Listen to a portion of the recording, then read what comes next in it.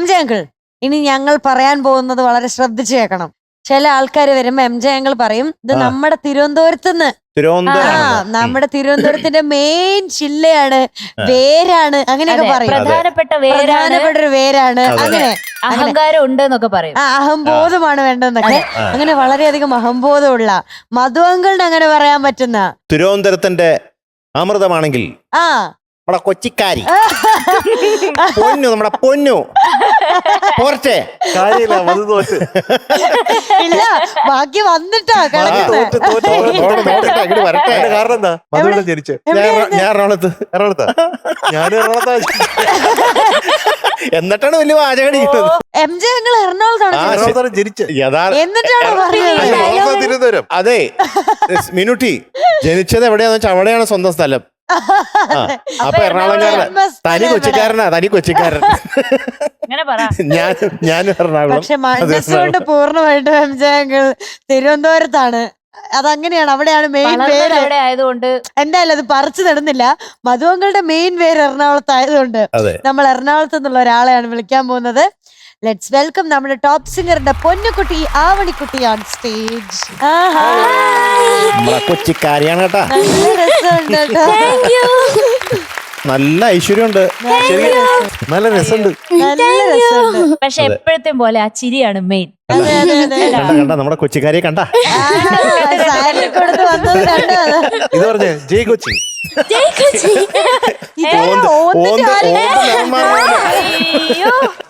അപ്പൊ ഏത് പാട്ടാ എന്ന് പാടണേ? കണ്ണും പൂട്ടി ഉറങ്ങുക നീ എൻ പൊന്നെ പുന്നാരം. യെസ്. അപ്പൊ details. Film Snehaseema, year 1954, music Dakshinamoorthy sir, പിന്നെ ലിറിക്സ് അഭയദേവ് സാർ, പിന്നെ പാടിയത് സുശീലാമ്മയും AM രാജ സാർ. ഓക്കെ, അപ്പൊ പാടാം നമുക്ക്. Thank you. All the best പറഞ്ഞില്ല, അതിന് മുമ്പ് താങ്ക് യു പറഞ്ഞു. All the best. Thank you sir.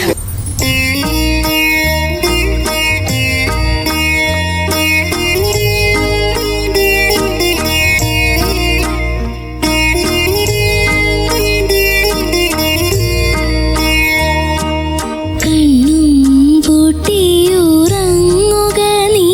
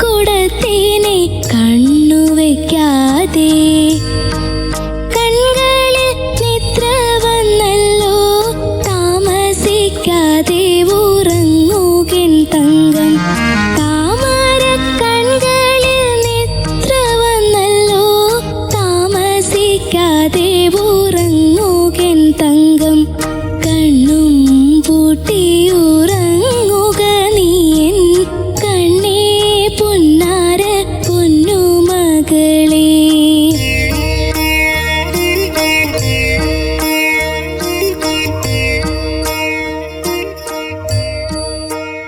പാട്ട് ഒത്തിരി ഇഷ്ടമായി. Thank you sir. താരാട്ടല്ലേ? ആ. അപ്പൊ കാറ്റിനോട് പറയുന്നുണ്ട്, നീ ഒച്ച വെക്കല്ലേ, കുഞ്ഞുറങ്ങല്ലേ, ആ. ഒച്ച വെക്കല്ലേ എന്ന് പറഞ്ഞിട്ടില്ല അല്ലേ? ഇല്ല. അപ്പൊ കാറ്റിനോട് പറഞ്ഞു, നീ ഒച്ച വെക്കല്ലേ, കുഞ്ഞുറങ്ങണം കേട്ടോ. ആ. അപ്പൊ അതൊരു സംഗതി പോലെ പാടുമ്പോഴത്തേക്കും ആ കുഞ്ഞിനൊരു ബുദ്ധിമുട്ടുണ്ടാവും. ആ. ബുദ്ധിക്ക് മുട്ട് കൊടുക്കണോ? വേണ്ട. വേണ്ട. അപ്പൊ പഠിക്കോ.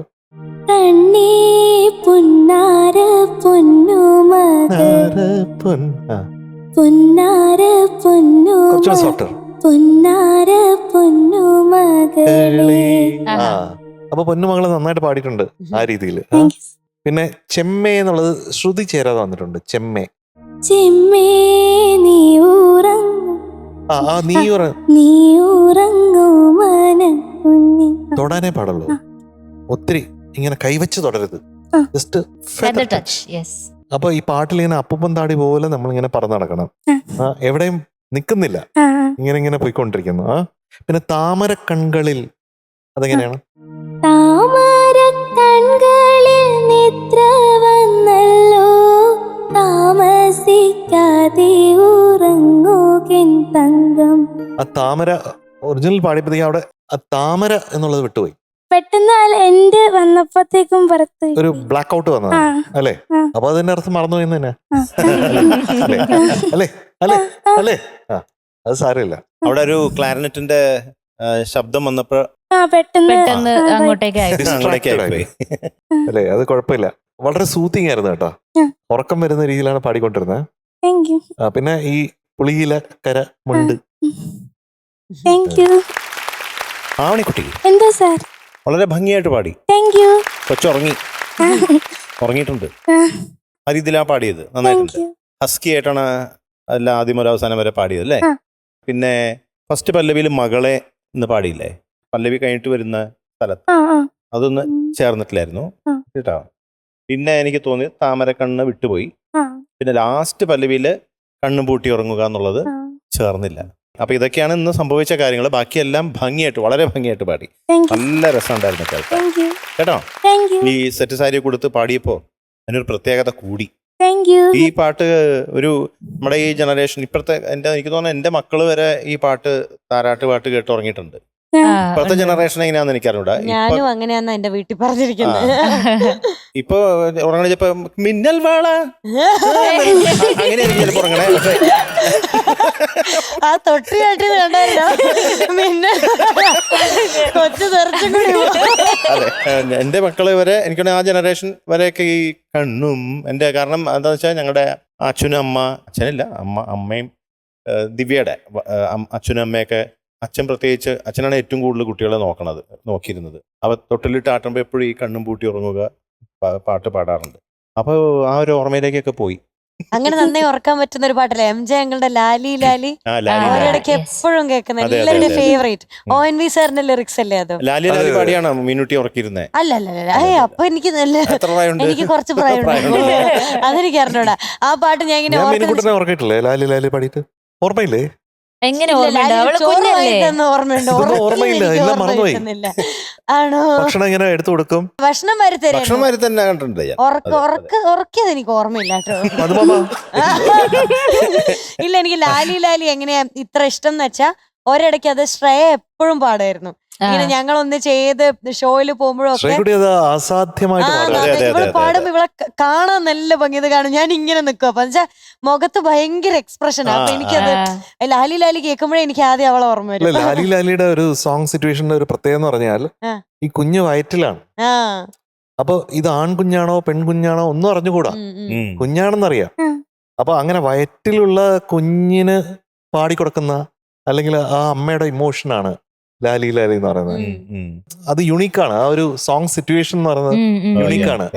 അപ്പൊ അതാണ് ആ പാട്ട് അങ്ങനെ വന്നപ്പോഴത്തേക്കും ഉള്ള ഒരു സന്തോഷം എന്നുള്ളത്. ഞാനൊരു ഫ്ലൈറ്റ് യാത്രയിലാണ് ഈ ലാലി ലാലി എന്നുള്ള ട്യൂൺ ഉണ്ടാക്കുന്നത്. അതെങ്ങനെ വെച്ചാൽ എനിക്കൊന്ന് ഫിലിം ഫെയർ അവാർഡിന് ഹൈദരാബാദിലേക്ക് പോവാണ്. അപ്പൊ ബ്ലസ്സേട്ടനും ഞാനും അടുത്തടുത്തിരിക്കുക ഫ്ലൈറ്റിൽ. അപ്പൊ ഈ സോങ് സിറ്റുവേഷൻ പറഞ്ഞിട്ടുണ്ടായിരുന്നു. അപ്പൊ ഞാൻ ചുമ്മാ ഇങ്ങനെ പോകുന്ന വഴിക്ക് എനിക്ക് അതിനിടയിലാണ് ഇത് ഓർമ്മ വന്നത്. അപ്പൊ ഉടനെ എനിക്ക് തോന്നിയ ഒരു ഈണാണ് ലാലി ലാലി ലേ ലാലി ലാലി ലേലോ, ഇത്രയും തോന്നി. അപ്പൊ ഞാൻ ഉടനെ ഒരു സംശയത്തിലാണ്, ബ്ലസ്സേട്ടന് ഇഷ്ടപ്പെടുമെന്ന് പറഞ്ഞൂടാ. ഞാനിങ്ങനെ കാതിന്റെ അടുത്ത് പോയിട്ട് ഞാൻ പറഞ്ഞു, ചേട്ടാ ഞാൻ ഒന്ന് പാടിത്തരാം. അപ്പൊ ഈ എയർക്രാഫ്റ്റ് പോകുന്നതിന് ശബ്ദമുണ്ട്, അതിന്റെ ശ്രുതിയിലാണ് ഞാൻ പാടുന്നത്. പറഞ്ഞാൽ അതിനൊരു ശ്രുതിയുണ്ട്, ആ ശ്രുതിയിലാണ് പാടുന്നത്. അപ്പൊ ഞാനിങ്ങനെ ലാലി ലാലി ലേ ലാലി ലാലി ലേലു ഇത് 2 പ്രാവശ്യം പാടി. അപ്പൊ ബ്ലസ്സേട്ടൻ പറഞ്ഞു, ജയ കൊള്ളാം, ഇത് നമുക്ക് മുന്നോട്ട് പോകാം എന്ന് പറഞ്ഞു. അങ്ങനെയാണ് ഈ പാട്ടിന്റെ ആദ്യത്തെ ഒരു ഭാഗം ഉണ്ടാവണേ. അപ്പൊ അങ്ങനെ രസകരമായ ഒരു അനുഭവമാണ്. പിന്നെ നമ്മുടെ ആവണിക്കുട്ടിയുടെ അച്ഛനും അമ്മയുടെ അടുത്തും ചോദിക്കട്ടെ, ഒരേ ഒരു മകളല്ലേ, അപ്പൊ പുന്നാര മകളാണല്ലോ.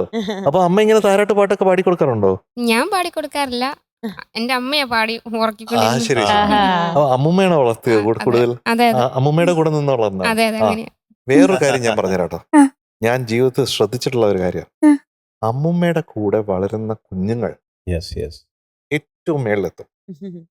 അങ്ങനെ ഒരുപാട് പേരെ ഞാൻ കണ്ടിട്ടുണ്ട്, ഒരുപാട് ഒരുപാട് ഒരുപാട് പേരെ കണ്ടിട്ടുണ്ട്. അപ്പൊ തീർച്ചയായിട്ടും ആവണിക്ക് ആ ഒരു ബ്ലെസ്സിങ് ഉണ്ട് അല്ലേ? അപ്പൊ അച്ഛനും എപ്പോഴും ഭയങ്കര സ്നേഹത്തിലാണല്ലേ. അപ്പൊ അച്ഛനും അമ്മയ്ക്കും നമുക്ക് ഡെഡിക്കേറ്റ് ചെയ്യും പാട്ട്. സംശയമുണ്ടോ? ഇല്ല, ഒരു സംശയമില്ല.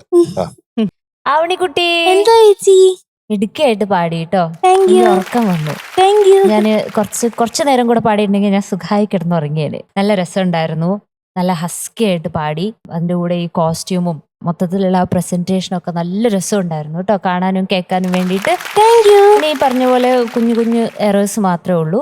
കൂടെ എനിക്ക് പ്രൊനൗൺസ് ചെയ്യുമ്പം അച്ഛനുണ്ടല്ലോ എന്നുള്ളതും മുഖം, താരണി തൂ മുഖം, അതിന്റെ രണ്ടിന്റെയും പ്രൊനൗൺസിയേഷൻ കൂടെ ഒന്ന് ശ്രദ്ധിച്ചാൽ അടിപൊളിയായിരിക്കും കേട്ടോ. അത് മാത്രമേ ഞാൻ മധുചേട്ടനും എം ജെ സാറും പറഞ്ഞ അല്ലാതെ വേറെ നോട്ട് ചെയ്തതുള്ളൂ. ബാക്കിയൊക്കെ നല്ല രസമായിരുന്നു, മിടുക്കിയായിട്ട് പാടി. All the best. നേരത്തെ മധുവങ്ങളുടെ അടുത്ത് നിങ്ങൾ ഡൗട്ട് ചോദിക്കാൻ പോയാ? അത് ഞാൻ ഗ്രൂമേഴ്സിന്റെ അടുത്ത് വന്നതാ. അപ്പൊ സാറിന്റെ അടുത്ത് എന്നിട്ട് മധുവങ്ങളൊന്നും പറഞ്ഞില്ല? അല്ല ഞാൻ പാടിയില്ല, ഞാൻ പറഞ്ഞു കുഴപ്പമില്ല, ഞാൻ ഗ്രൂമേഴ്സിന്റെ അടുത്ത് ചോദിച്ചാന്ന് പറഞ്ഞു. ഞാൻ പോയി. മധുവങ്ങളെ പറ്റി ഒരു കംപ്ലൈന്റ് വന്നിട്ടുണ്ട്. വഴി തെറ്റി മധുവങ്ങളുടെ അടുത്തേക്ക് വന്നു. ഗ്രൂമേഴ്സിന്റെ അടുത്ത് പോവുകയായിരുന്നു. തക്ക സമയത്ത് മധുവങ്ങൾ അവിടെ ഉണ്ടായിരുന്നു. അപ്പൊ മധുവങ്ങളുടെ എന്റെ അടുത്ത് എന്തോ ചോദിക്കാനുണ്ടെന്ന് പറഞ്ഞിങ്ങനെ വരണേ കണ്ടു. പേടിച്ചു പോയി. അതപ്പോ മധുവങ്ങളുടെ അടുത്ത് ചോദിച്ചാ പോരായിരുന്നോ? അല്ല, ആ മനുഷ്യൻ നന്നായി പറഞ്ഞു. പെട്ടെന്ന് പേടിയായി. മധുചേട്ടന്റെ പേടിയോ? കൊച്ചുകുട്ടികൾ പോലും എന്നെ പേടിക്കാറ്. പക്ഷെ മധുവങ്ങൾ പ്രൗഡാവും ഒരാളെങ്കിലും. പേടിച്ചല്ലോ ഒരാളെങ്കിലും കേട്ടോ. ഞാനൊക്കെ പേടിക്കാൻ മധുവങ്ങൾ കൊതിക്കുന്നുണ്ട്. പക്ഷെ പേടിക്കണ്ട കേട്ടോ, അങ്ങനെ ഉണ്ടെങ്കിൽ ചോദിക്കാം അല്ലേ മധുവങ്ങൾ? അതെ, തീർച്ചയായിട്ടും തീർച്ചയായിട്ടും. അപ്പൊ മാർക്ക് അറിയണ്ടേ? അവണിക്കുട്ടിയുടെ ഇന്നത്തെ മാർക്ക് 97 out of 100. ഇന്ന് കരയുന്ന ഇമോജിയാണോ ചിരിക്കുന്ന ഇമോജിയാണോ? ചിരിക്കുന്ന ഓക്കെ ശരി.